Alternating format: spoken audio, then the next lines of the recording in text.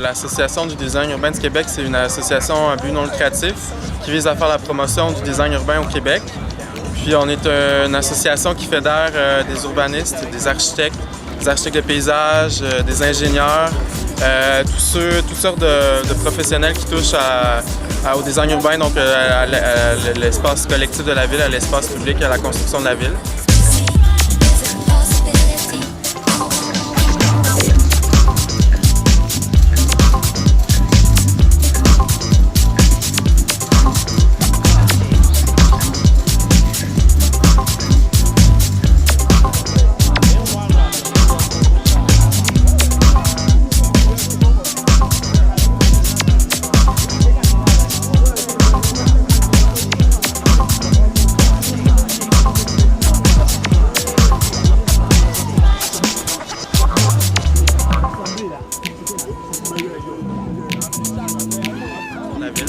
Donc nous, on a eu l'initiative d'organiser un concours pour faire un village éphémère. Donc ce qu'on a fait, il y a juste derrière, tu peux voir, il y a plusieurs, on a eu 75 propositions.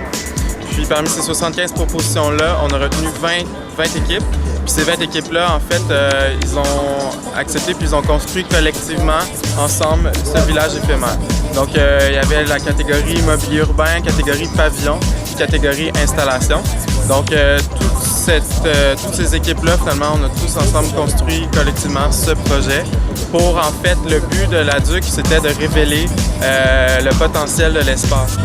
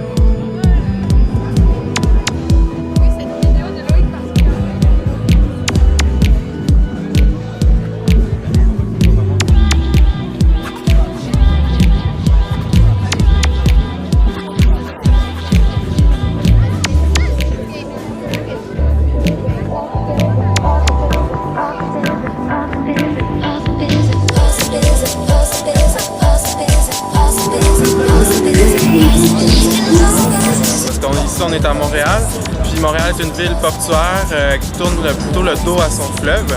Puis la ville tarde à se réapproprier ses berges. Donc nous, ce qu'on voulait, comme vous pouvez voir, c'est un endroit qui est absolument merveilleux, c'est le Havre de Montréal.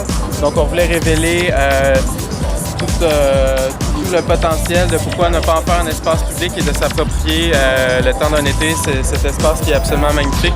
On voit les îles de Boucherville, on voit la Ronde, on voit même un peu plus loin, on voit le centre-ville, on voit la montagne, on voit le mode stade olympique.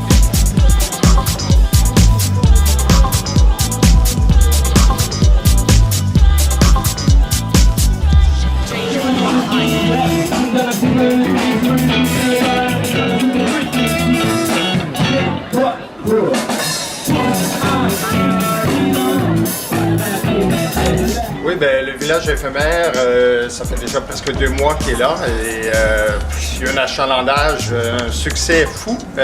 On est très heureux, nous autres, les amis du Courant Sainte-Marie et aussi du groupe Facebook À l'ombre du pont, parce que ça fait partie un peu de notre projet d'aménager ce site-là qui est désaffecté, de le rendre là, aux citoyens.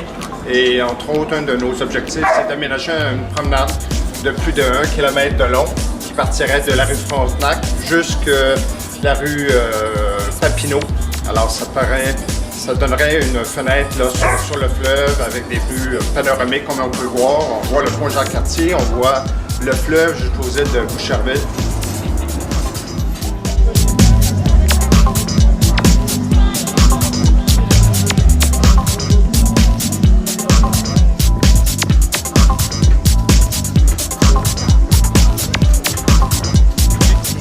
C'est un endroit qui historiquement était...